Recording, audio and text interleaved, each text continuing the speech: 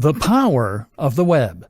The internet can help you to live your dreams and to design the perfect lifestyle that will make you truly happy. Whether you have a small business that you want to turn into a big business, or whether you want to make money writing a blog on a topic you love, internet marketing can do that for you. As an internet marketer, you can make a truly passive income. That means earning a living by writing an amazing website once or creating a product once and then letting the income roll in forevermore. You can even do this as an affiliate marketer by selling someone else's product. As an internet marketer, you can earn a little money on the side, writing articles for other people. The only problem, most people have no idea where to begin with this. When I tell a lot of people that I make money online, the response is often to look at me perplexed. What do you sell? Well, nothing. Where does the money come from? I actually had to promise my grandma that what I was doing wasn't in any way illegal, because she found it so hard to understand that I can make money without leaving the house. My sister recently decided she no longer wanted to do her current job and said that she'd like to start online like me. She asked me how she could get started, what she needed to learn, and what a good resource would be for her to begin. And I was just kind of lost for words. Truth be told, there isn't a really great resource out there for people just getting started. Truth be told, there is a huge amount of misunderstanding regarding what internet marketing is, what it's capable of, and how you should get started with it. This is why you see so many businesses get it entirely wrong. Have you ever visited a business site only to see that it looks completely unprofessional and cluttered? Have you ever visited a brand's social media page to see that it hasn't been updated in months? Or that what is there is just uninspired and unlikely to convince anyone to buy from them? A lot of small businesses will recognize the power of the web to bring them money and customers, but they won't have any clue how to begin. Thus, they will often end up just hiring the first SEO, search engine optimization company they can find, and hoping blindly that the company will maintain its side of the bargain and actually help them get to the top of Google. Sometimes that happens. Other times, the company uses outdated, spammy techniques and the business goes bust. Either that, or the company does nothing much and the small business just wastes a lot of money. But how is a company to know whether their SEO agency is doing a good job when they don't really understand how SEO works? This training then is Ad Resource. This is a training that can take you from zero knowledge regarding the economy of the web, SEO, internet marketing, all that stuff, and bring you up to speed. You'll learn the technical skills to build a brand, promote it online, and create a marketing campaign. You'll also learn additional skills that can take you to the next level. Skills like design, website development, and videography. And you'll learn how to leverage all those skills, how to harness them, and how to use that to accomplish all kinds of amazing things. Yes, small business owners will gain the skills they need to be able to build their businesses online. But likewise, you can also take these skills and go freelance. You'll be able to make money on the side, or as a full-time career, by selling your newfound internet marketing skills. Or if you prefer, you can take those skills to create your own blog or YouTube channel. Then you can promote a cause that matters to you. You can become internet famous as a comedian or musician, or you can make a living writing about something that fascinates you. Either way, you'll learn the raw skills, and you'll be able to devise a marketing strategy that takes all of them into account with perfect synergy. The web can do incredible things for you. You just need to know how to work it. So let's figure that out together, shall we? The economy of the web. So, assuming you're a complete greenhorn at this point, you might be wondering how precisely money gets generated online. Where does it all come from? Why is it profitable to run a website that is free for anyone to read? The answer is advertising. If you create a website and place adverts on it, then you will get paid by the advertisers, depending on how many people see your website on a given day. The simplest way to explain this to someone unfamiliar with internet marketing is to say that it is the precise same business model as the one used by free magazines handed out at your local subway stop. These magazines don't cost anything to read, but because so many eyes are on them, the publishers can charge advertisers large amounts to show their ads. You can do precisely the same thing by having a website with a large amount of traffic. There are several different ways in which advertising can make you money as a web publisher. PPC. This is pay-per-click, and popular examples include the likes of Google AdSense. You can also get CPM, which means cost per impression. PPC pays out when someone clicks on one of your ads, and CPM pays out each time an advert loads on your site. You sign up to the ad network, get given some code, place it on your site, and start earning. Banner ads. Banner ads are much more straightforward. These are agreed with the advertiser on a per-month basis, and you'll simply get paid a fee by that advertiser each month that the ads are displayed. Affiliate marketing. Affiliate marketing is a big aspect of internet marketing, and it's actually one of the principal ways that money gets made online. Here, you get paid commission if someone buys a product that you recommend. So let's say you're a big blogger who writes about fitness. You might then recommend a certain protein shake, and each time someone buys that shake using the link you're provided with, which is how they know you sent them, you will earn 30% of that sale. The more persuasive you are, the more visitors you have on your site, the more you can earn. There are various other variations on this theme. In white label dropshipping, for instance, you sell a product that your brand is your own, but each time a sale is made, a manufacturer will do the work and send out the item while taking a cut of the money. Sponsorship. These days, sponsorship is more and more of a big deal on the web. If you can build a website with thousands of viewers or a YouTube channel with 1 million subscribers, then that will make you a thought leader. Now, brands will want to associate themselves with your brand, and so they might pay for you to give them a shout-out or even just to wear their clothing. This is how your general blog will make money online. But of course, there are many different types of businesses that run and thrive online. That's because these days you can sell pretty much anything online. Often then, your business will simply sell a product or service. If you are a law firm, then you make money through your website every time someone calls up and secures your services. If you have an e-commerce shop selling CDs, then you make money each time someone buys a CD. And these days, more and more creators also sell digital products. So a digital product is simply a product that isn't physical. So this isn't a car or an ornament, but rather it is an ebook or an online course. The advantage here is that anyone can make a digital product. Often it is just a PDF. What you are really selling in this case is the knowledge. Likewise, a company can sell digital services, which means they'll be selling article writing, web design, search engine optimization. In other words, they'll be selling things that the other sites can use in order to be more successful selling their products. Whatever the business model of the website, social media channel, or YouTube channel, the constant truth is that more traffic equals more money.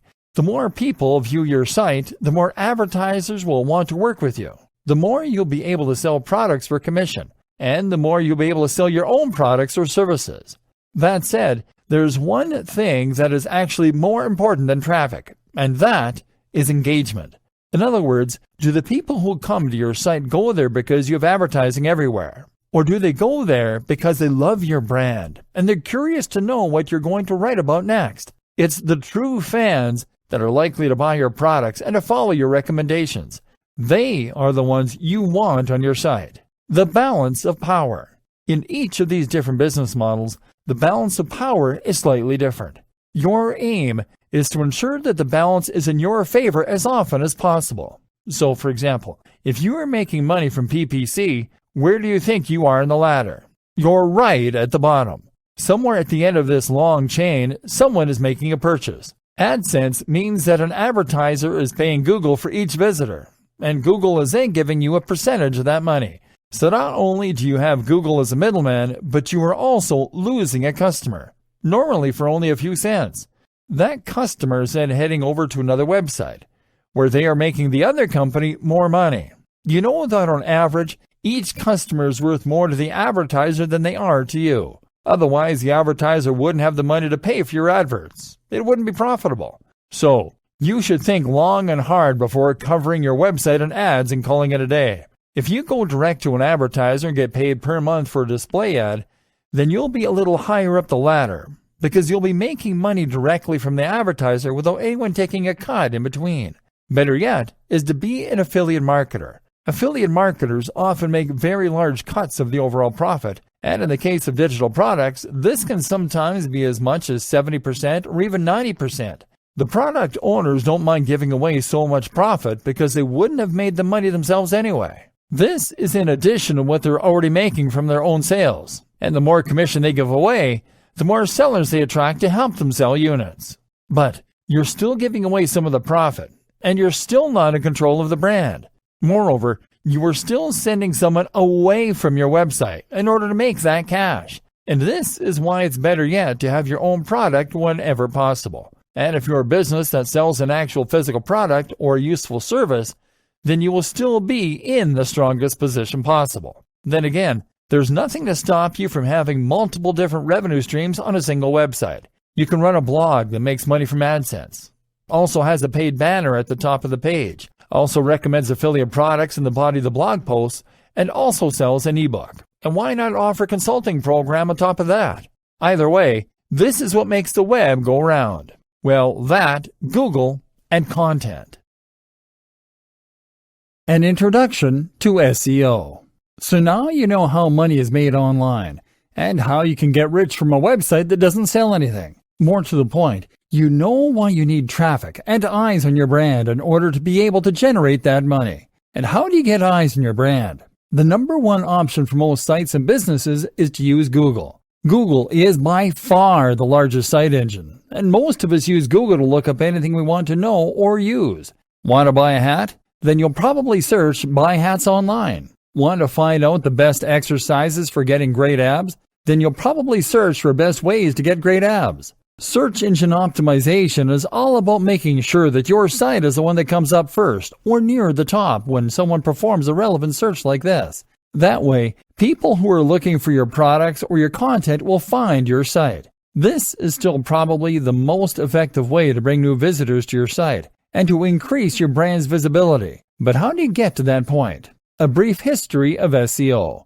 To get your site to the top of Google, you need to get inside the mind of Google. That means cracking Google's algorithm and understanding how it indexes and ranks websites. There was a time that this was all very simple. Essentially, Google maintains a huge database of websites and keeps information regarding their subject matter, their quality, etc. When you search Google, it consults this database in order to present you with the most relevant responses. Google builds this database using spiders or bots. These are programs that trawl the web in order to scrape content and add it to the index. To find new pages, these bots will follow links on pages that are already in the index. Google decides which content is a good match or not, at least partly by looking for exact phrase matches. So, if you search for the term buy hats online and there's a website in its database that uses this phrase several times, it will consider it a match. It also considers quality, and one of the biggest indicators of this quality is the inward bound link. The reasoning behind this is that if a website has linked to your website, then it must approve of your website. This looks like a testimony of sorts, and so the more links that point to your site, the more important and high quality it is thought to be. And back when Google first launched, this was pretty much the only thing you needed to know about SEO. To get to the top of Google, you just needed lots of content that would use the same keywords over and over again. And you needed to get lots and lots of links pointing to your site, ideally from relevant sources. So, if you wanted to build a website about making money online, you would start by researching keywords. That would mean using Google's keyword tool in order to see which queries related to your topic were the most popular among users. In other words, which phrases get searched for the most. Let's say you then pick Make Money Online. From there, you then start adding new articles to your website, each containing the phrase Make Money Online a few times per paragraph. And on top of that, you then write content to submit to other websites, perhaps some content farms like eZine articles back in the day. Content farms are sites that let anyone add new content to their pages. This means that you could write 100 articles a month on how to make money online and ensure that each one included a link back to your website, using the anchor text Make Money Online. And with time, these practices would be enough to ensure that you got to the top of Google. But that was then. SEO is much more complex, and in many ways, it has evolved to the point of being something completely different. So, let's examine what it involves now, shall we? A penguin, a panda, a pigeon, and a pirate walk into a bar.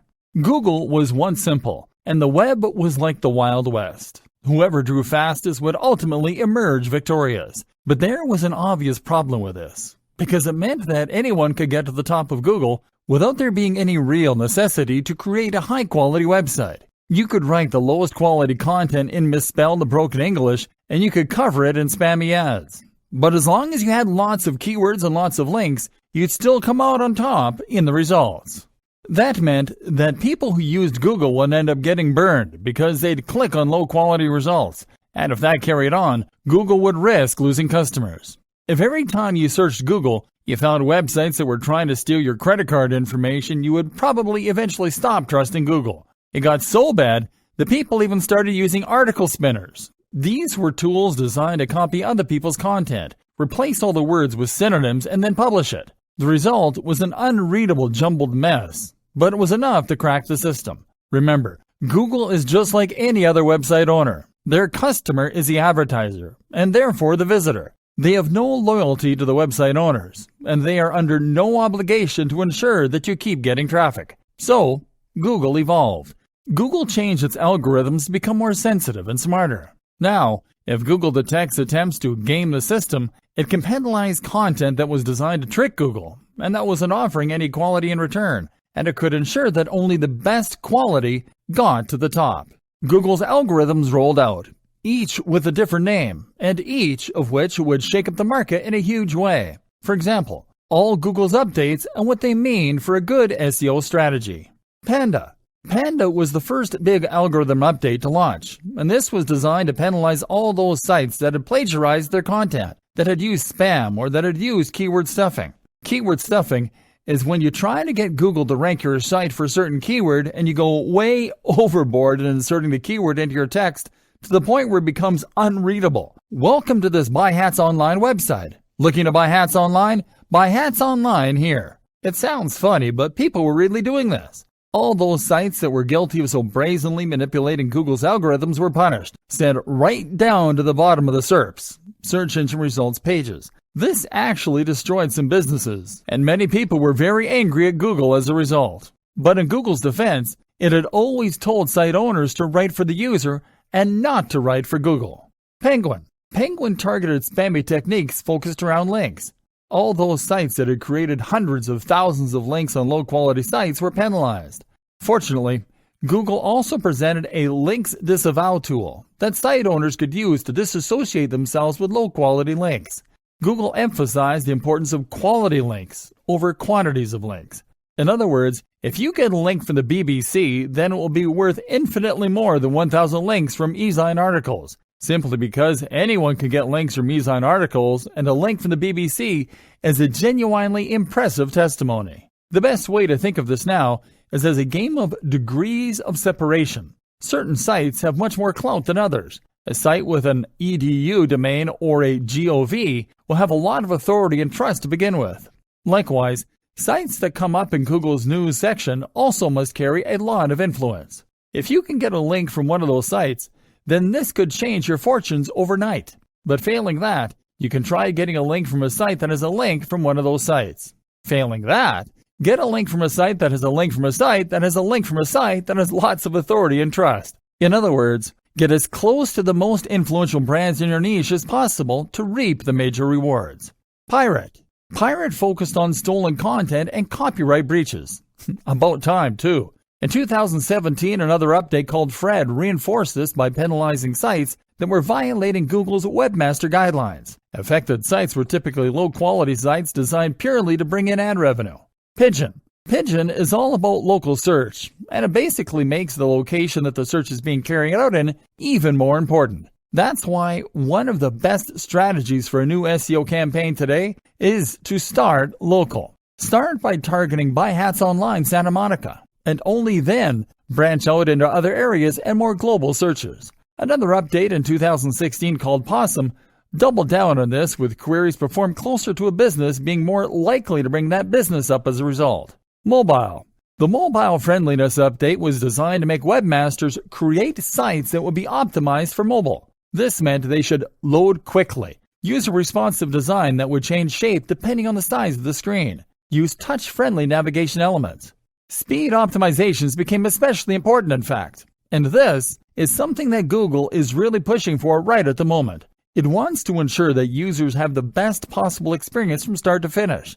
So, if your site is filled with unnecessary plugins that just slow things down, then you should remove them.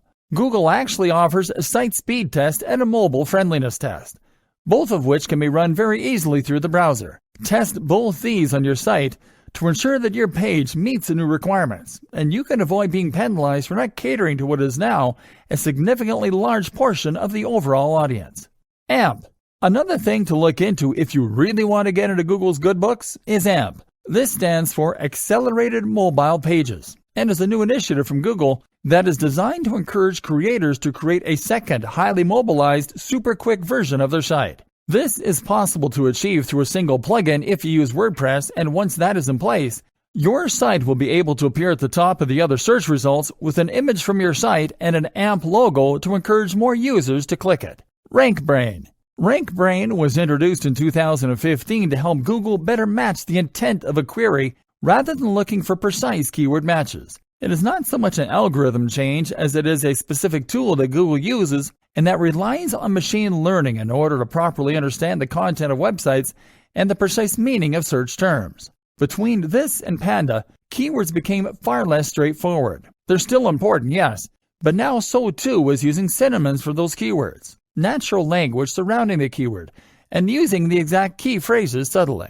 Today, the most common advice is to use keywords with a density of around 1 to 2%. That means 1 or 2 keywords for every 1 to 200 words. I personally recommend going even less. Meanwhile, the use of synonyms and related language is what's known as latent semantic indexing. It's also important to think about the placement of your keywords. A keyword used in the first few sentences, in the header, in the footer, etc., all carry more weight than a typical keyword used anywhere else in the copy. RankBrain is constantly evolving, using huge amounts of data to better understand what users respond well to.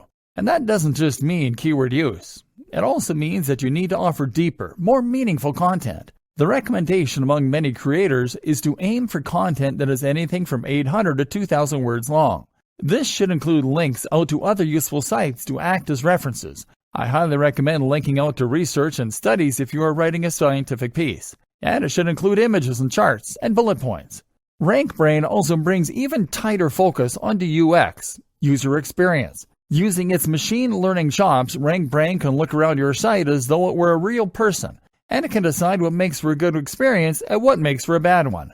So even if you have great content, RankBrain will penalize you if your site is poorly laid out, or if that content doesn't use a nice readable font with big headers.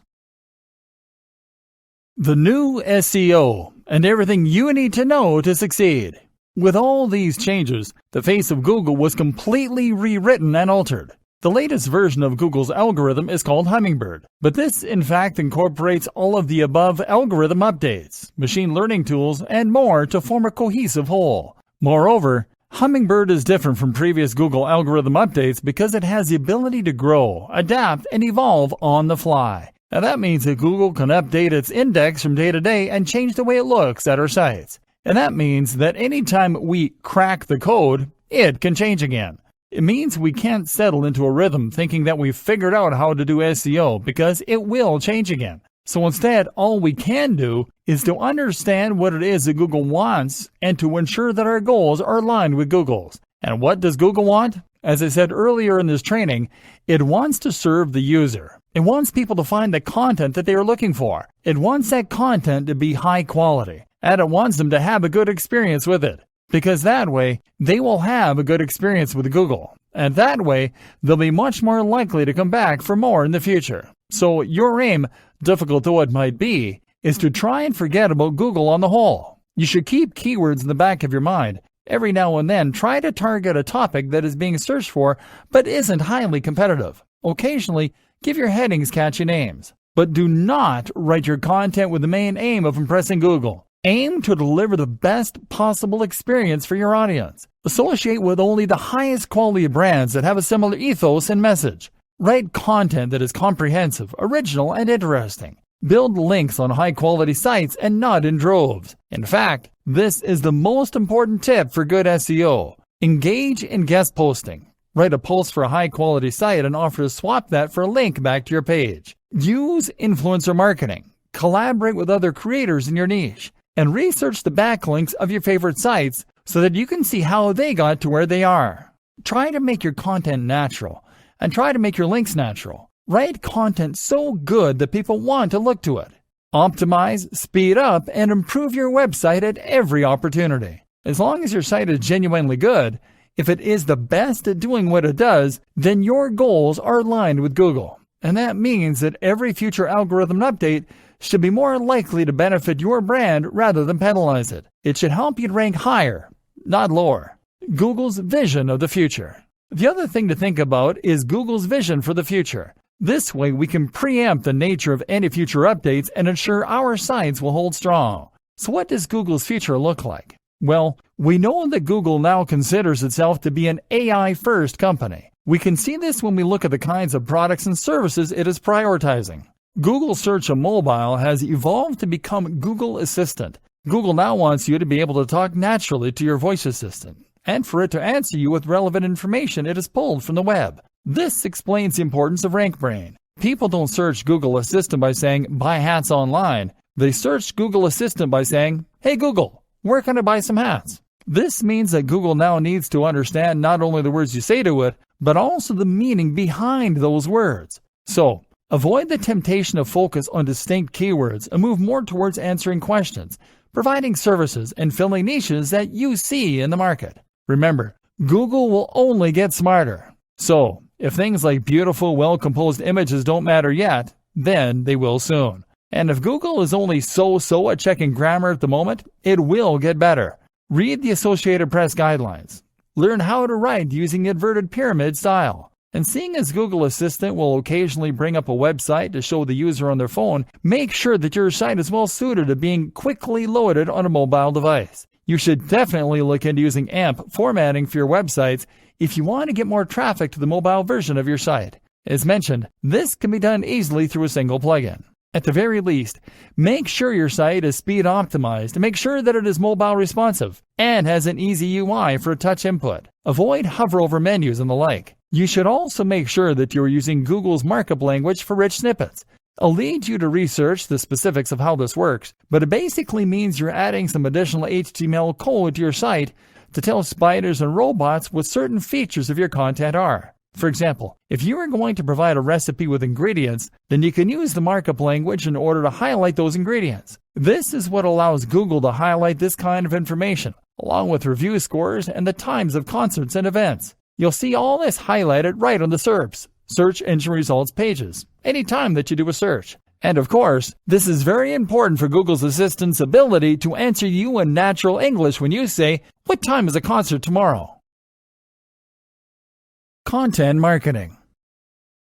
SEO is only one tool you can use to promote yourself, however. The other is content marketing. And the two actually go hand in hand perfectly. So, content marketing means that you're adding content to your website to bring more traffic. But this time the aim is to bring repeat traffic from visitors. You are more interested in engagement and loyalty than short-term spikes in numbers. Think about the reasons that you go back to any website. The answer is because it provides consistently high-quality information for you on a regular basis. And therefore, you want to go back and see what will be the latest information. And if you trust and respect the author, then you will go there whenever you have a question on a particular topic. It's great when you find someone you trust or a site that you find entertaining. In other words, then, it is the content that is bringing you back to the site. And that means that it must be well written and unique. Content marketing works like so. You discover a post through social media or Google, read it, and leave. You discover another post another time in the same way. You notice the brand and you think,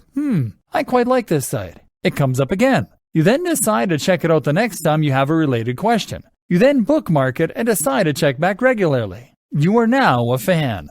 So, content marketing means writing consistently high quality and engaging content and then sharing it. It means using this process in order to build trust, authority, and relationships with your audience. And this is precisely what you also now need to do for effective SEO. So, it is all starting to come together. How to write great content.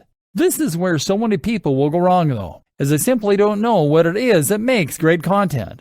So many people will decide to get into internet marketing by looking at which niches are most popular or most profitable. Maybe they pick fitness, or they pick dating, or they pick make money online. Never mind that they have no knowledge or interest in that topic. Then they set about either writing or commissioning the most generic posts they can possibly think of on these topics. How to get six-pack abs, 10 best push-up exercises, how to get a big chest, or 10 SEO mistakes you're making, how to get more visitors. They then share this content to social media, and then they wonder why people don't come flocking in. The simple fact of the matter, these articles are dull. People are in a hurry. You are not offering any value. These posts are a dime a dozen. We've seen hundreds of them before in our travels. Would you stop to read a title like that? And this is why I'm going to say something unpleasant to hear. If you don't have a genuine interest in the niche you're in, then there is no point being in that niche. Because in order to offer any value, you need to say new and exciting things. And to do that, you need to understand the topic completely. Instead of saying, how to get six-pack abs, then, you might say how cardio acceleration can help you to burn 900% more fat. That's actually a real thing, and a real statistic, by the way. It's 100 times more interesting than how to get abs. But if you write a post yourself and you're not interested or qualified when it comes to fitness, you won't have the inside knowledge or foresight to write articles like this. And if you hire a writer to write the topic, they'll just find a generic post online and rewrite the post. They aren't experts. And they don't truly care about your brand. They're just trying to get paid. Here are some more pointers to help you write better content. Storytelling is SEO for the human brain. We are naturally inclined to enjoy stories. We like stories because we have been listening to stories around campfires since the very beginning of our evolution. We've evolved listening to them. We also like stories because we can imagine ourselves in the shoes of the person in that story, and that gets us emotionally invested. If you're about to write a dull post, think about how you could restructure it to tell it like a story. We want information quickly. If your page is a dense block of text, then you are going to immediately drive away and lose your visitors. It's highly important that you avoid this by spacing your content out with lots of paragraphs and spacing it with big, bold headings. Your headings should technically tell the whole story. Big fonts are equally important here, especially on mobile. If your posts are just walls of text, then people will leave as soon as they land on your page. And this will be devastating because Google is now able to monitor bounce rates and identify when a visitor lands on your site and then very quickly leaves. Images. The images you use to decorate your content are incredibly important, and they can make a huge difference to your bounce rates, to your audience's enjoyment of your content, and much more. An image will immediately communicate the topic of your post, and if it is taken well, then it will help to increase the apparent production value of your site too. A big, beautiful image can convey an emotion and get people really excited to read your content. Plus, you can actually optimize your images for Google Images by using the right dimensions, 16 by 9, the right tags, and the right file names. It's possible to get some pretty great images for free from stock image websites, but you know what? By far the best strategy of all is to take the photos yourself. This way, you can not only create the most stunning and beautiful images, but also ensure that they perfectly fit the topic of your post and back up your points.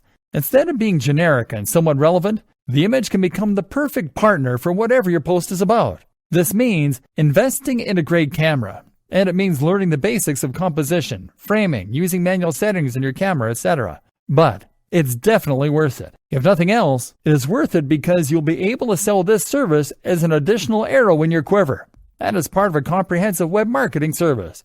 Content development should mean multimedia content development. Use the right headings. Another tip is to make sure that you always use the right headings. That means that you should make sure your articles are sound and as interesting and exciting as possible. It's interesting to look at clickbait as a source of inspiration here. Clickbait titles are the ones you see on social media sites that use cheap strategies to get you to click. These will use fake anticipation and mystery, for instance, to get you interested. What happens next will blow your mind. 5 weird tricks to lose belly fat. Number 3 will blow your mind. The omitted key piece of information sparks curiosity in the viewer, and they click the link.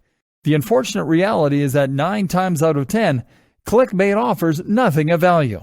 It is just poor quality content, spam, or even a bunch of ads. Hence the terrible reputation that this approach now has. But you can learn from it. Put the emotional hook of your content right in the title. Keep the USP front and center. And then just make sure you actually deliver on that promise when your readers click through and find your content. The power of video for massive influence and engagement.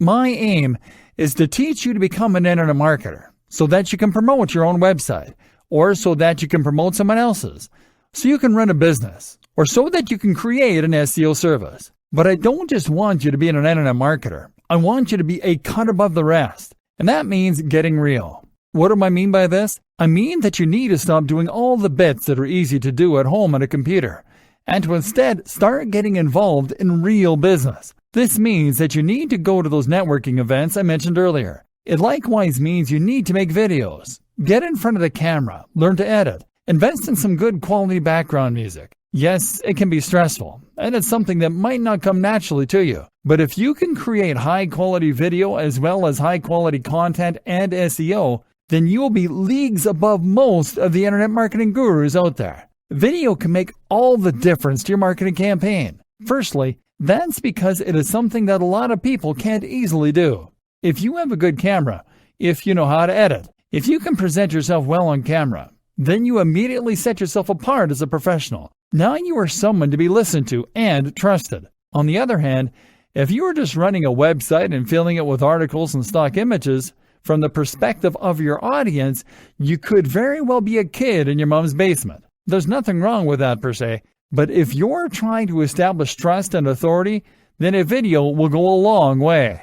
Likewise, a great video is also a perfect tool for increasing the amount of engagement with your audience and building a stronger relationship. Trust me on this one. If you have a YouTube channel that is moderately successful, you'll build a much more loyal and engaged following than you would through a website alone. For many creators, this is the big change they need and can make a huge impact to their growth. That's because talking on film means they get to know you. They're more likely to watch all the way through because video is naturally more engaging, and you can convey more emotion with music, clips, animation, and more. So, don't be afraid of this step. It could be the crucial difference that defines your success going forward. Invest in a good camera and step in front of it. And as an aside, if you're selling a product on a landing page or promoting a business through a homepage, then adding an explainer video or persuasive sales video can make a massive difference. So many companies struggle with the single most basic and important job of any homepage, explaining precisely what it is that business does. I really have a pet peeve of landing on a business site and being told that it uses cloud-based solutions to provide synergistic process fixes through VAS and POS software systems. Showing off with clever words does not make sales. But having a video that plays automatically and explains clearly and concisely what the business does will. Social media marketing done correctly. Social media marketing is one of the hardest aspects of internet marketing for a new business to understand, but it's also the one that makes the biggest difference in many cases once it finally clicks. The aim of social media marketing is not only to get your articles seen by lots of people, but also to create a community around your brand. It is to talk directly to your audience and to get them to trust and like you. You need to make them think of you as a friend or as a trusted company that they can get behind and rely on. Your aim is to use social media as it is designed to be used, as a communication tool. The problem is that so many internet marketers and small businesses see it instead as nothing but a podium for their marketing. They post things like, "Try our new product today," and "Find out why we're the best in the business," and wonder why engagement is low. Would you bother to follow a Twitter account if that was all it ever posted? Instead, you need to provide the audience with value, which means providing them with more of what they came to get from your website. You do this by sharing links and posts, but also by sharing images and tips. You need to demonstrate quickly to your audience that you are providing this value through your social media, and the best way I know to do this is to include a widget on your website showing a feed from your Twitter and Instagram accounts. That way, as soon as someone lands on your website, they will see the posts you've made, and they'll have easy access to a button so that they can instantly start to follow you. Selling the dream. Sharing tips, advice, and entertainment in these ways will often work. That is a very good way to bring more people to your site. But what can also work very well is to sell the dream. Because one of the most important things to recognize about marketing and about sales is that people don't buy based on logic. People buy based on emotion.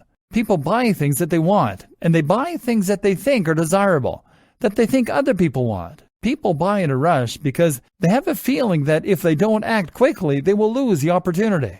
This is something that a good persuasive writer can use well. And people often follow a brand or an individual on social media for similar reasons. For escapism, for vicarious living, to chase a feeling that they enjoy. This is why women on Instagram become rich and famous, posting images of themselves wearing nice clothes and going out partying. People can follow those creators on social media and feel as though they're partaking in that lifestyle.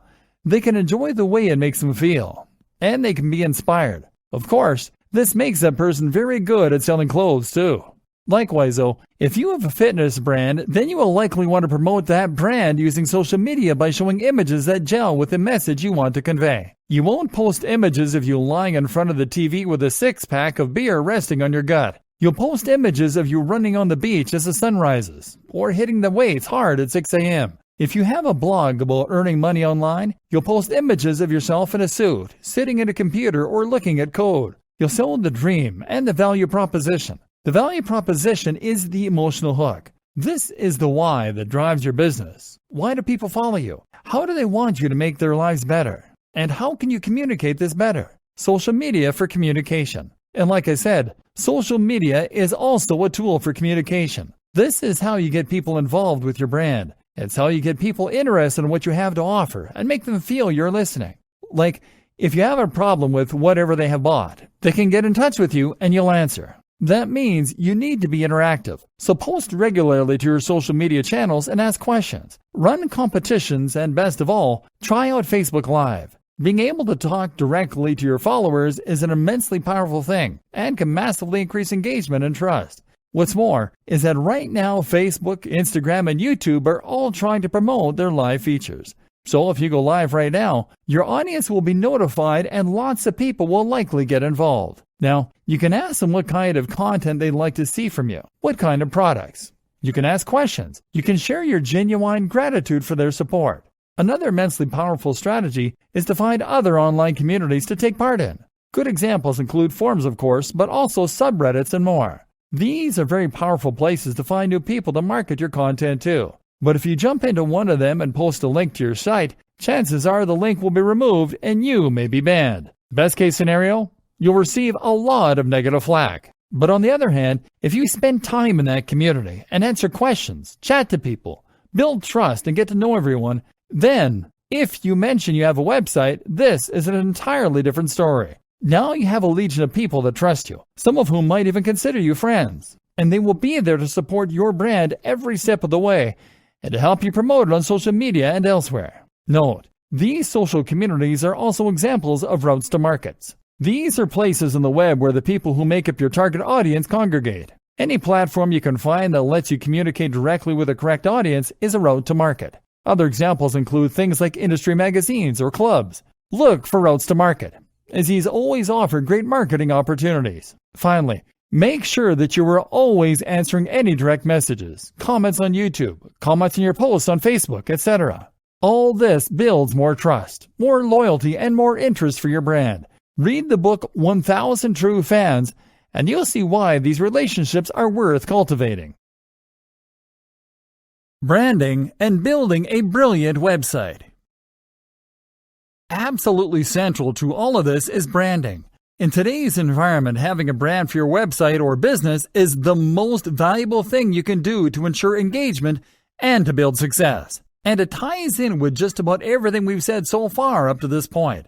Your brand is what should tie your entire message together and what should help to perfectly target your ideal audience. It's what will elevate your site above being just another spammy site designed to get ads and turn it into something that people and Google love.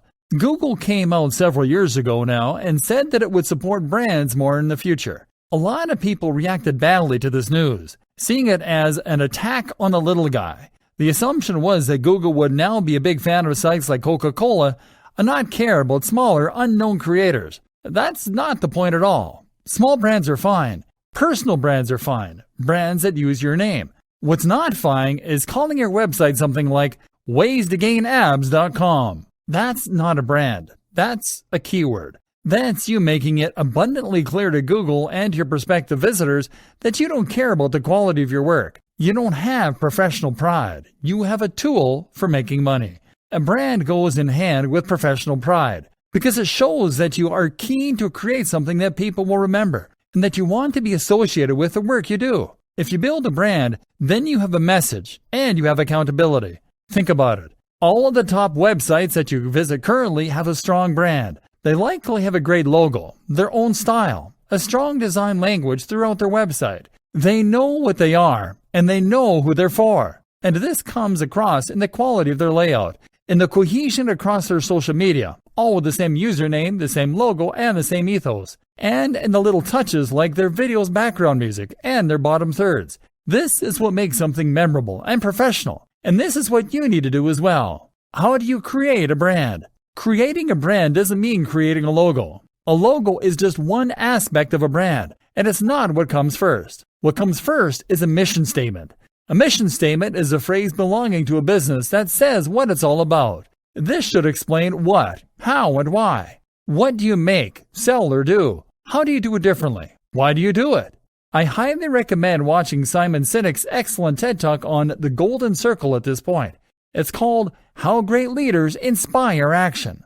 Most companies will think about the what. We make hats. We design websites. We provide legal advice. Many will think about the how. We use the best materials. We outsource to China. We resell, but with a value add. But the why is what matters most.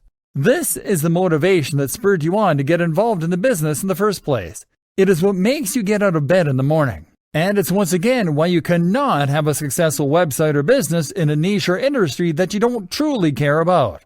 So, if you have a restaurant, maybe your why is because you want to introduce the world to healthier, cleaner, and more responsibly sourced food. If you have a website about fitness, maybe your why is because you want to inspire the feeling of accomplishment in your audience. Whatever the case, you need to understand this because it is what will give you your value proposition. It is what will give you your design language. And it is what will create your marketing opportunities for you.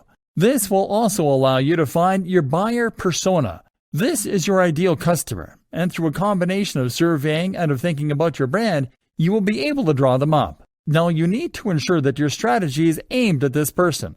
It is a huge mistake to make a website that you want to be for everyone. If you do that, then it won't be particularly interesting or inspiring to anyone. The key to remember is to make people into real fans. Remember, content marketing and new SEO are about the quality of your followers, not the quantity. You want engagement. Ask yourself, is yours the kind of brand that someone can be a fan of? People just don't know about Apple. They are fans of Apple. People are fans of Tim Ferriss. They like what these brands stand for. They feel they know them. They want to associate with them. To get to that point where your site is inspiring to people, you need to stand for something other than getting clicks on your AdSense, web, and logo design.